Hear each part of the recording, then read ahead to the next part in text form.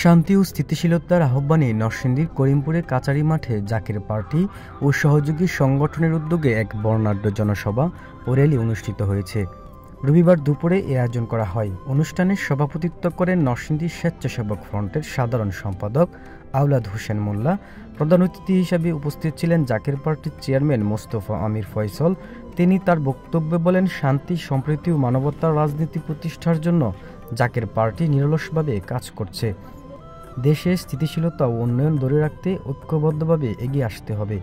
বিশেষ অতিথির বক্তব্য রাখেন নরসিংদী জেলা জাকের পার্টির সভাপতি বীর মুক্তিযোদ্ধা ওয়াইজউদ্দিন আকন্দার।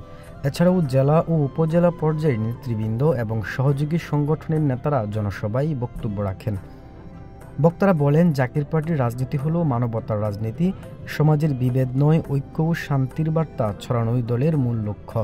জনসভা শেষে একটি বিশাল র্যালি বের হয়। র্যালিটি করিমপুর কাচারি মাঠ থেকে শুরু হয়ে শহরের প্রধান সড়ক প্রদক্ষিণ করে পুরো এলাকা তখন মুখরিত হয়ে ওঠে শান্তি ও স্থিতিশীলতার স্লোগানে।